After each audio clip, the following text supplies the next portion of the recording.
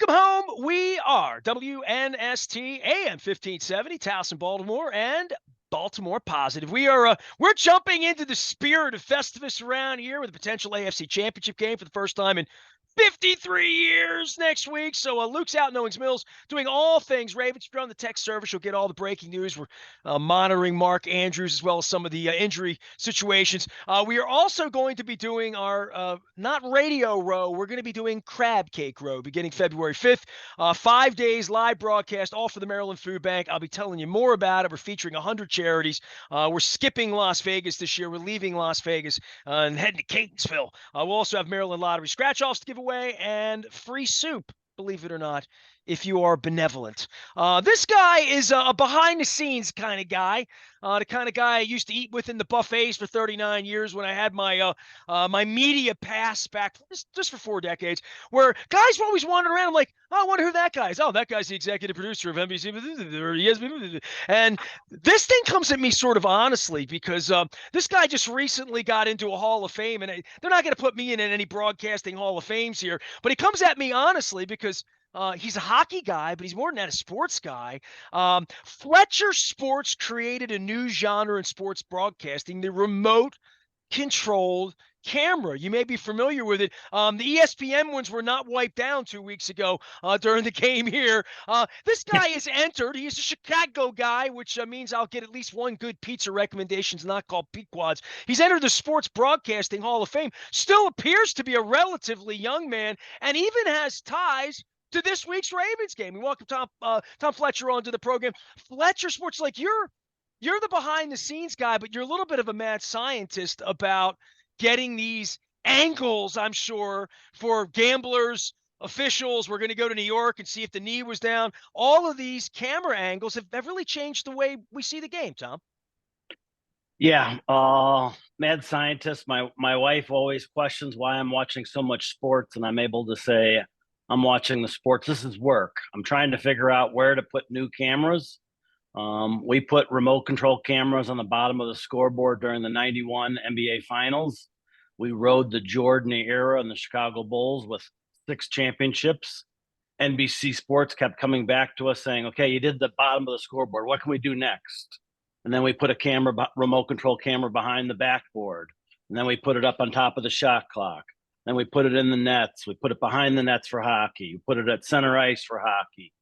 I go to sporting events and I look, where can we put a camera? And we made a real good business of it. We changed the way that sports is broadcast. Hockey, basketball, the above the rim shot for basketball is a staple. In football, we do a lot of super slow-mo. We got into the super slow-mo business.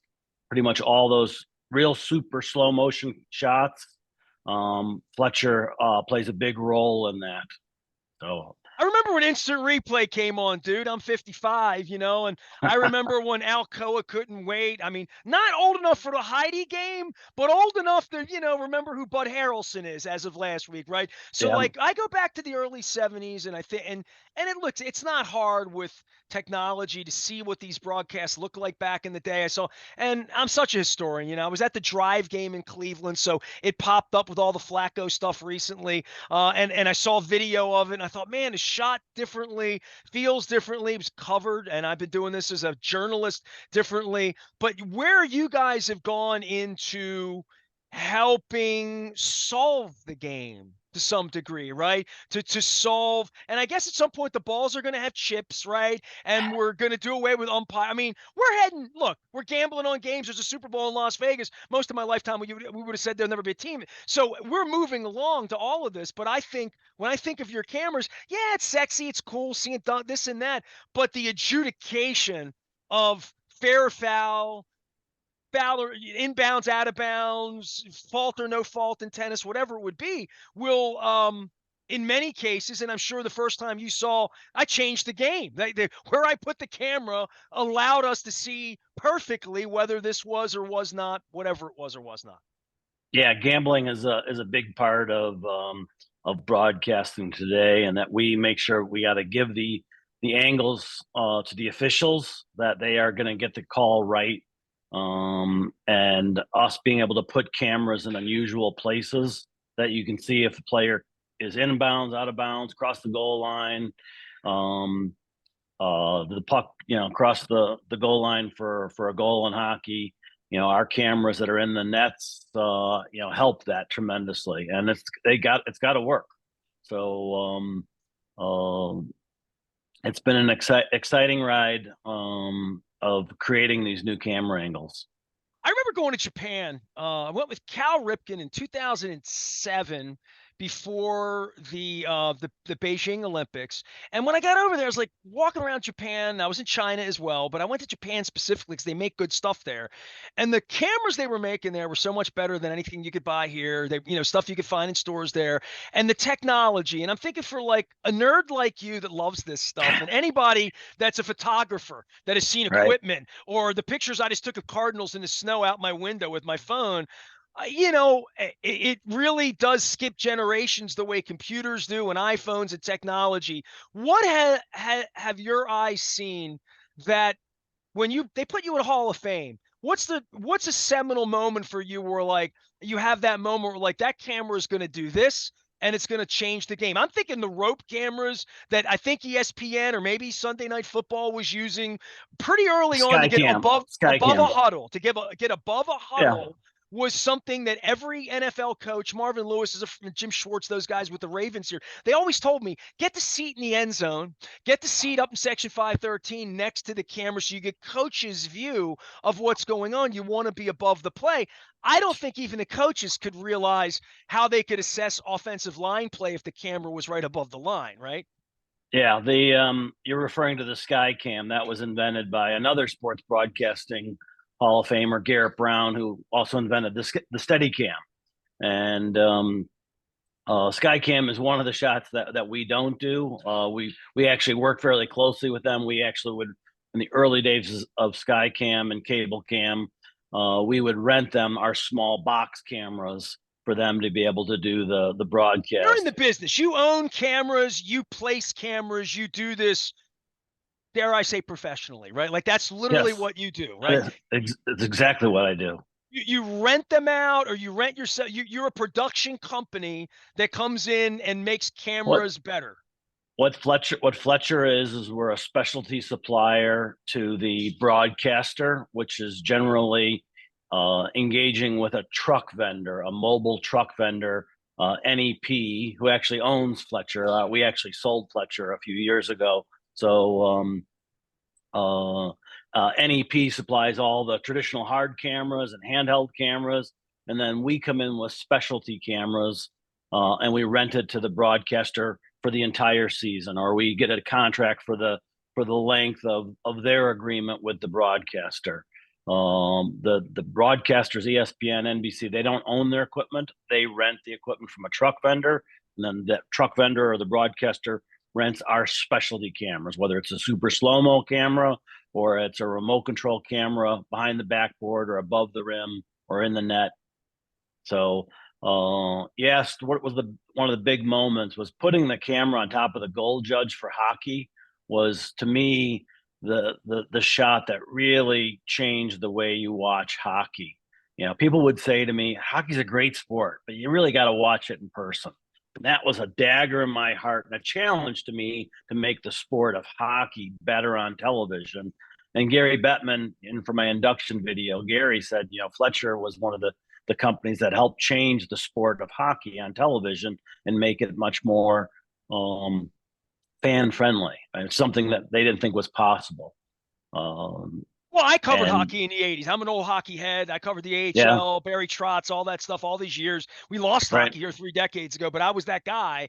And I marvel at all of it.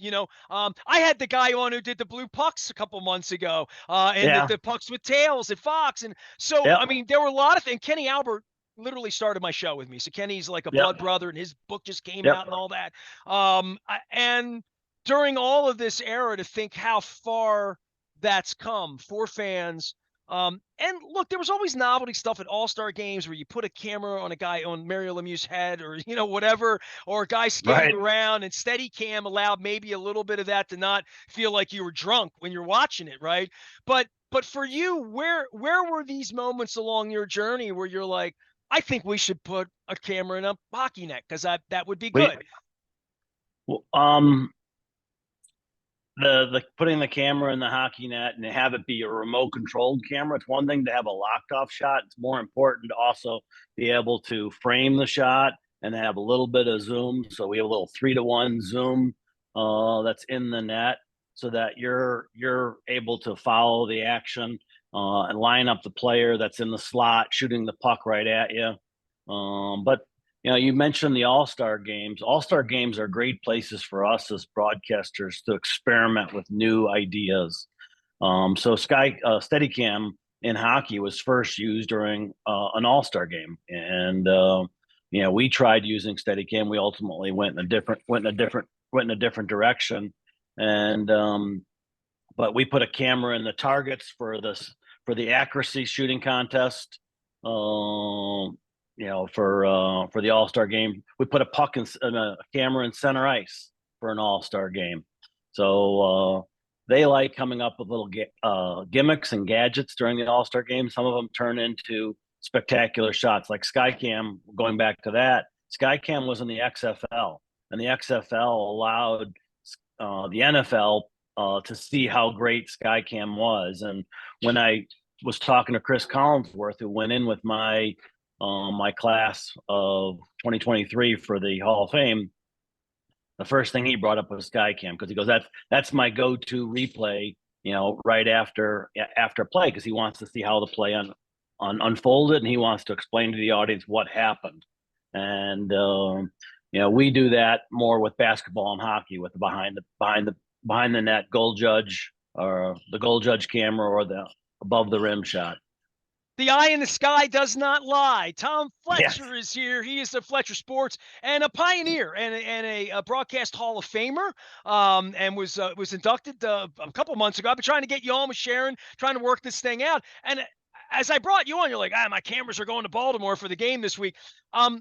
I can't have you on and not talk about weather and football, because, dude, anybody can set a camera up at a basketball gym, right, or whatever. Yeah. It doesn't move. Baseball's a little different because of the geometry of it, and all the ballparks a little different in some way. Football seems to me to be a square, but it's not, and all of these stadia are different. You sit and watch even the broadcast level of a game in like Buffalo, because it's an older stadium. You sort of see the game a little bit better through the main cameras, and where new stadiums allowed for places for cameras to be, and where asses get in the way and you can only go so low or so high, getting up off the crowd is probably the way to do it. But the weather and snow and ice and things that happen in Buffalo and Green Bay, and hopefully not in Baltimore, but the conditions change in football way more than any other place, right?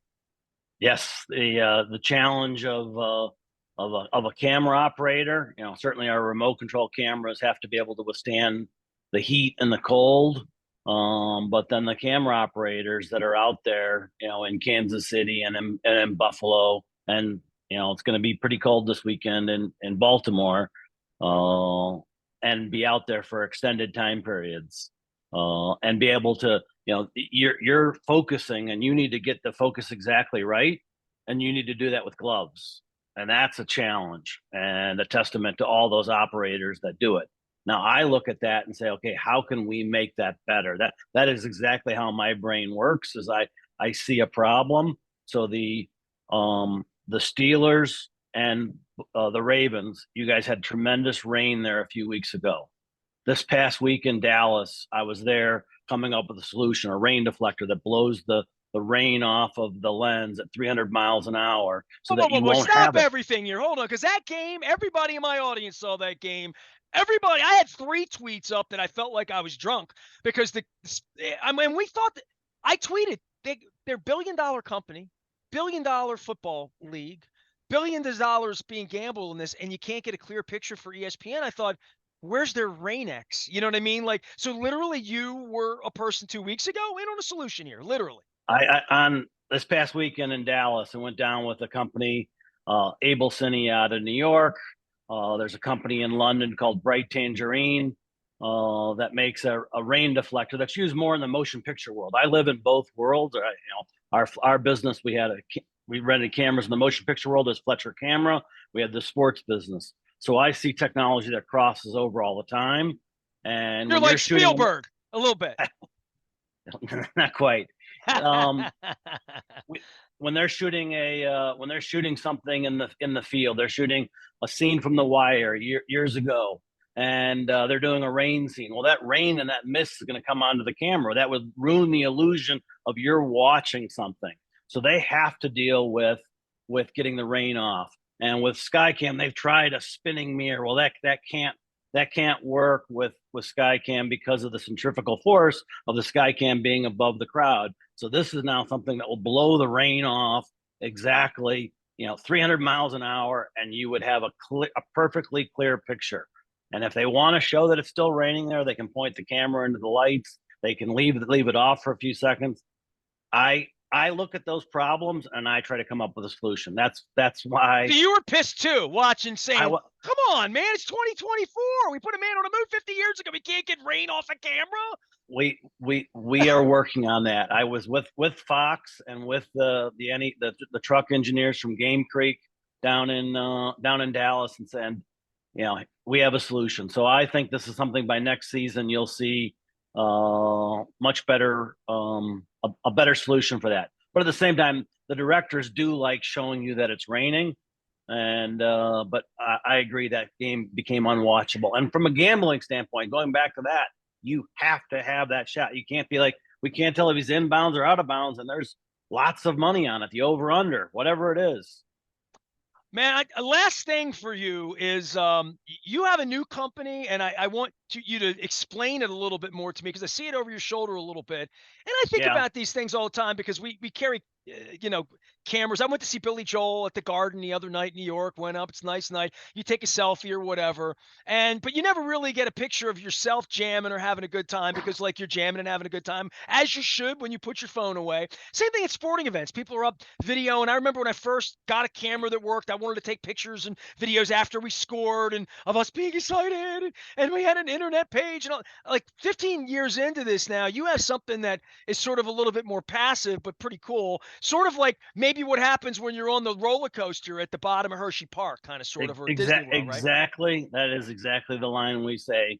We are the roller coaster ride, but for sporting events. We put in still cameras around the arena. We shoot across the field, and we get every fan in the moment. You go nuts. You score a touchdown, you guys are going nuts. You are going to go to the Super Bowl.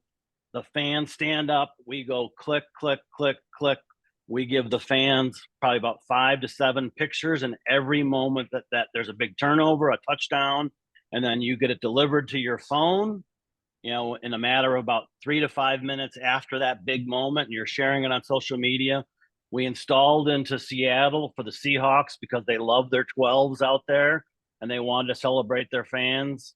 And the fans love it. And the thing that the fans really like is they love a commemorative ticket. So every fan can get a commemorative ticket of them celebrating in the moment. You can pick it up in a gift shop afterwards, or you can have it sent to you with the final score. I just need a ticket, man. A lady at Billy Joel in front of me had a hard ticket, and I got one of these SeatGeek. I'm like, man, you got like ticket stub. I remember them. They were so much fun. Everybody loves ticket stubs, People love the physical ticket. My father just passed this past June, and we're going through. He had tickets from the Browns AFC Championship game in 1963.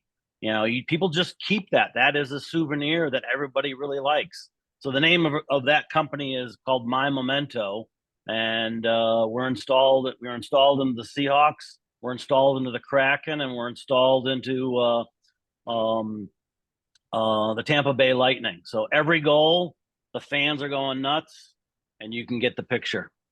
Tom Fletcher, a Chicagoland native, has been named to the Sports Broadcasting Hall of Fame back in 23.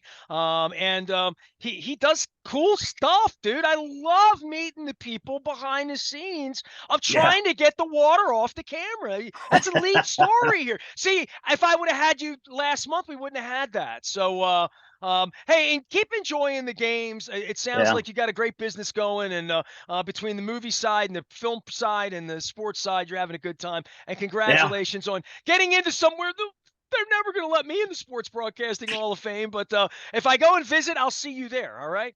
Yeah. All right. Thank you very much. Thanks for entertaining us here and at least teaching us some new stuff about the eye in the sky, not lying. He is Tom Fletcher, Hall of Famer. How does that make you feel good? It does. Going in with something, a group that includes Howard Cosell, to me was really remarkable. Hey, man, they put me in my high school Hall of Fame 6 years ago. I still cry thinking about it. I am Nestor. We are WNST. We got full coverage of the Ravens. Luke's covering all things Festivus. He's in Owings Mills. Any breaking news, you get it first on the WNST Tech Service. And don't forget, the week of February 5th, they used to call it Super Bowl week. Now we're calling it a Cup of Soup or Bowl week. We're doing that for charity for the Maryland Food Bank. We'll tell you more about it. Stay with us.